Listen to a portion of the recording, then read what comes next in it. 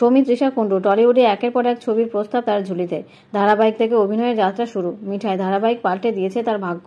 অভিনয়ের দাপটে রাতারাতি দর্শক মনে জায়গা করে নিয়েছেন সৌমিত্রিষা। ধারাবাহিক চলাকালীন একের পর এক ছবির প্রস্তাব তার কাছে আসতে থাকে, তবে ধারাবাহিকের কাজের জন্য তিনি সেই সময় ছবির প্রস্তাবগুলো গ্রহণ করতে পারেননি।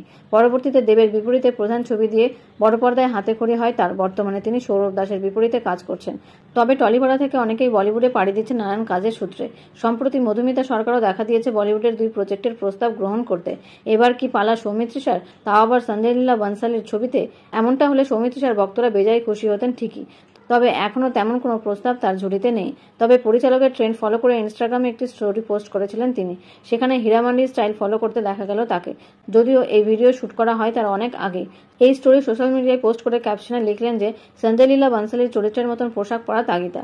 অধিকাংশ অভিনেত্রীরই ইচ্ছে থাকে সঞ্জয় লীলা বানসালির মতন ব্র্যান্ডের সঙ্গে কাজ করার।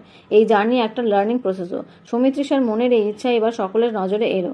যদিও সৌমিত্রিষা বলিউডে কাজ করা নিয়ে এখনও তেমন কোনো সিদ্ধান্ত নেননি, শুধু এইটুকুই জানিয়েছেন যে চরিত্র ছোট হোক কিংবা বড়, চরিত্রের যদি গুরুত্ব থাকে তিনি নিঃসন্দেহেই তা গ্রহণ করবেন।